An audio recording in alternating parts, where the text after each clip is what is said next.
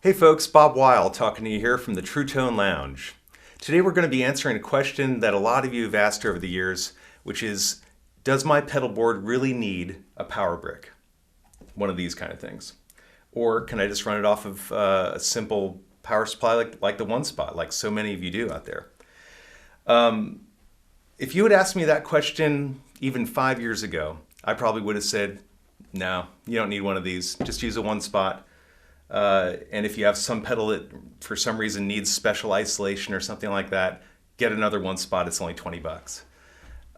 But in the last 5 years, there's been a real shift. A lot of people have started using more and more digital pedals that genuinely do require isolation.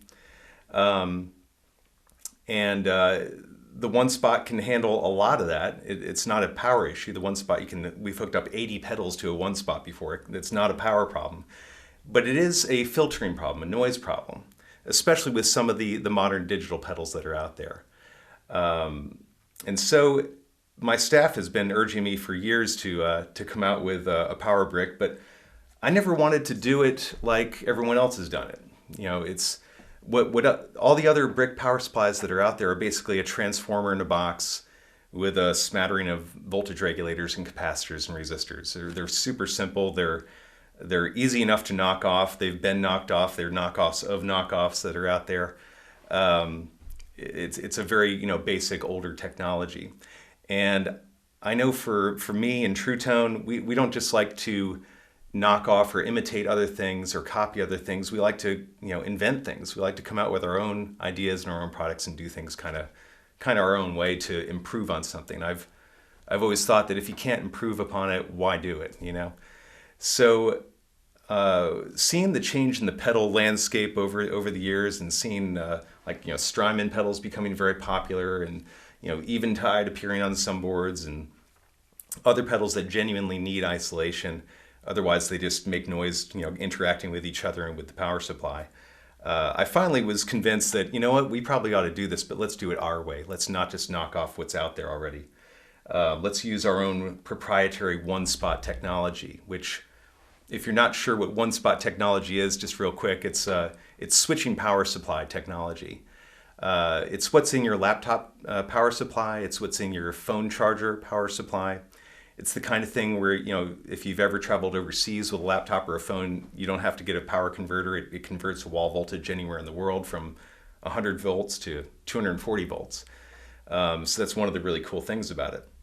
One of the not cool things about switching power supply technology is that it's super hard to get it to work quietly with audio equipment, especially guitar pedals, which have high impedance and all that. It's really quite a trick. We've mastered it, thankfully, many years ago with the One Spot. We were the first ones to do that type of compact pedalboard power supply using that technology, and we've worked like crazy over the years to keep it quiet and improve upon it as much as we possibly can, and it works great. The little One Spot does wonders for a lot of people.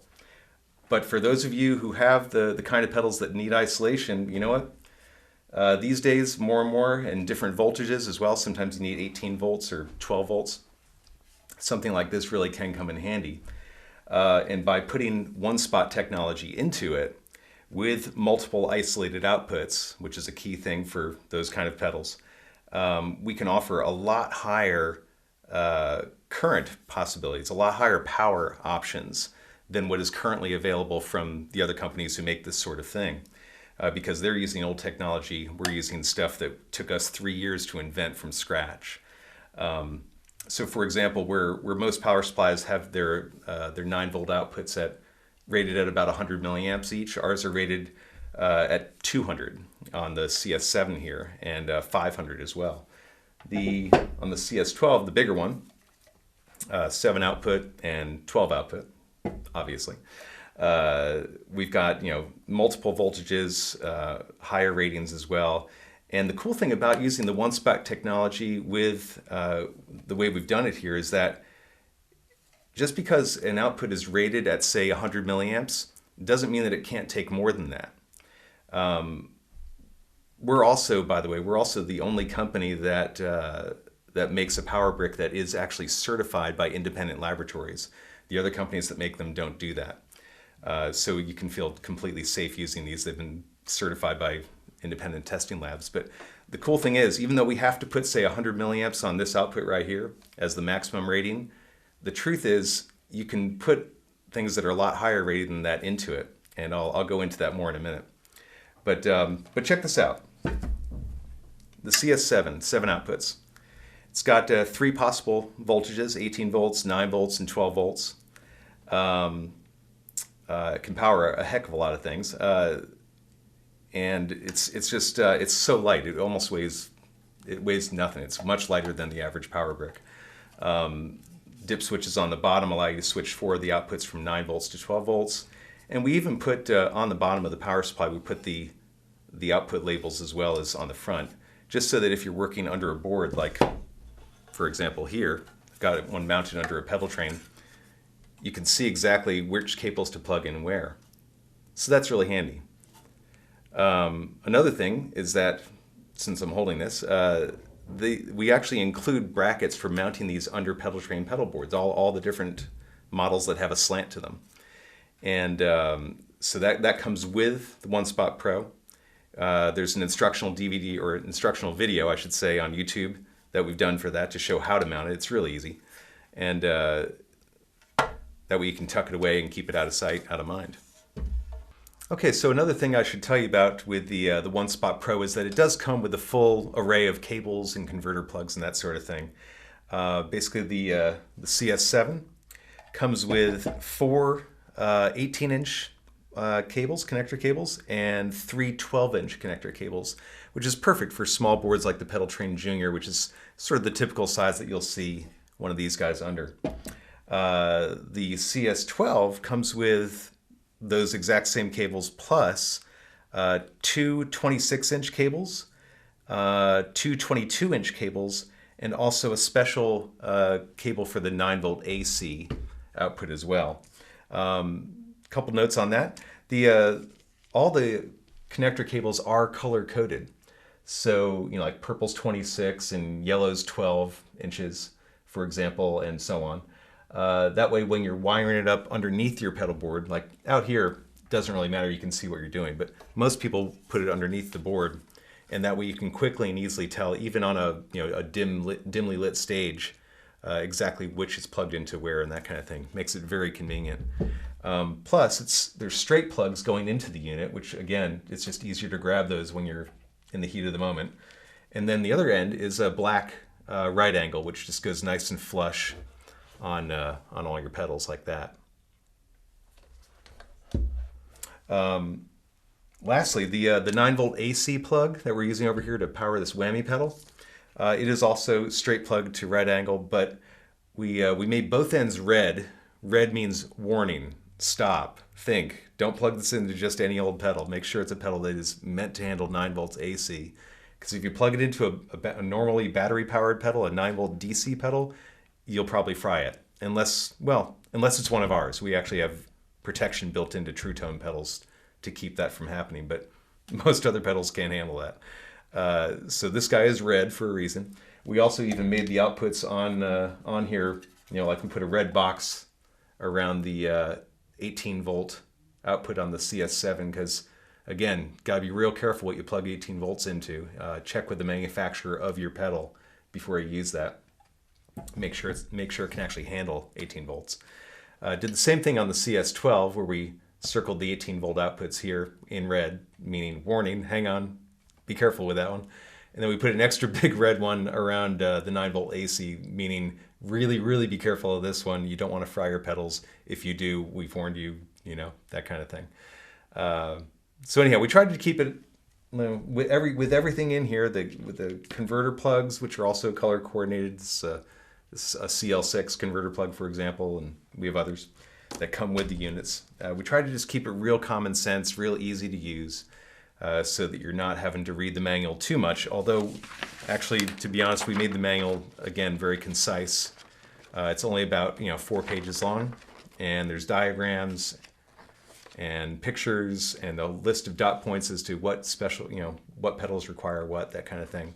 Again, just keeping it keep it simple and keeping it real for you. Let's talk a little bit more about exactly what can these things do. As you can see here, I've got a One Spot Pro CS12 model mounted on top of this Pedal Train Pro. The only reason I have it mounted on top is just so that y'all can see what it's doing. Normally we would have it mounted underneath like you just saw. But let's look at this crazy array of pedals we've got here. This type of pedal board is the reason why I finally gave in and agreed to make these things. Because some of you out there have boards like this where you've got some real power hungry pedals or noisy pedals or pedals of different voltages than 9 volts. And yeah, the One Spot used to work great for you. And actually for most of you out there, this will still do the trick because most pedals out there are still 9 volts. And if you're not using, say, Eventide or something like that, you can probably get by just fine with this. In fact, side note, there was a session guy, a studio guy here in Nashville that stopped into the Truetone Lounge earlier today. And although he uses a brick underneath his big board, he actually uses a One Spot on his small board. So lots of you guys have these, and thank you very much, by the way. It's always great to have these as a backup if you're not even using it as your main power supply. It's just such an inexpensive little solution. So anyhow, going back to this big giant board right here, check this out. I'm going to go through it pedal by pedal so you can see what we're powering from what output here. Let's see, for example, starting with the Eventide. The Eventide timeline, we've measured everything, by the way. I'm not taking these ratings from the manufacturers. We've measured these. The Eventide draws 310 milliamps, which is a heck of a lot of power for a single pedal. But we've got that hooked up to one of our high current 9 volt DC outputs over here. The Rototron, we're actually running that on 18 volts, which is, I think, the preferred way to run this pedal. We've got two 18 volt outputs here on the CS12, one on the 7. So that's running from 18 volts. This is a Digitech Whammy 4th generation, so it's an older one. It actually runs off of 9 volts AC, not 9 volts DC. Makes it a bit of a different animal. Thankfully, on the CS12 here, we actually have a 9 volt AC output just for pedals like this.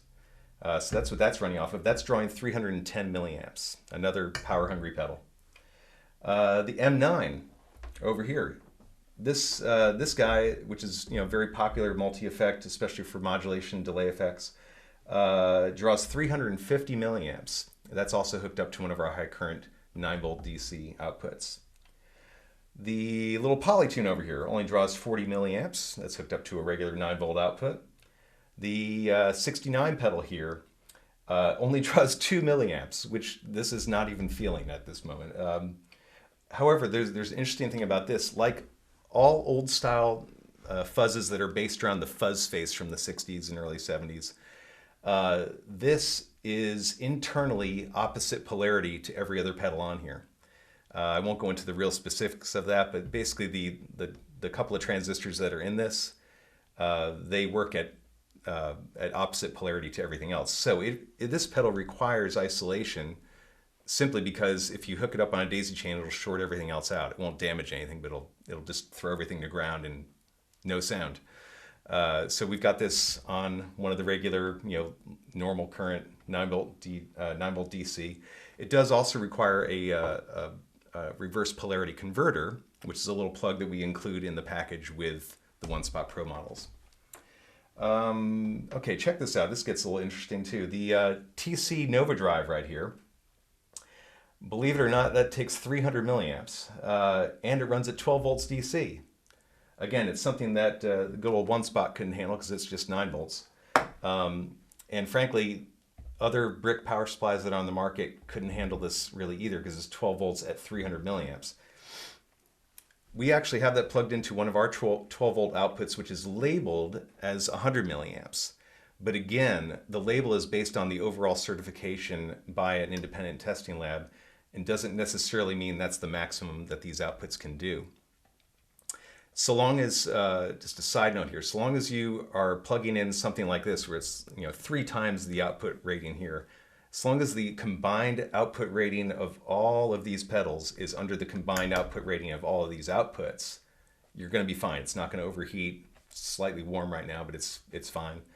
It can keep on going. We've had this thing running at trade shows for days, so it's not a problem at all. It's because all the milliamp current draw of each of these pedals combined is well under the overall milliamp draw of these labels right here. So that's how we can get away with running 300 milliamps off a 100 milliamp output.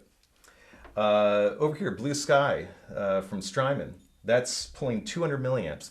That's something that we've measured. I think it was about 195 milliamps to be exact.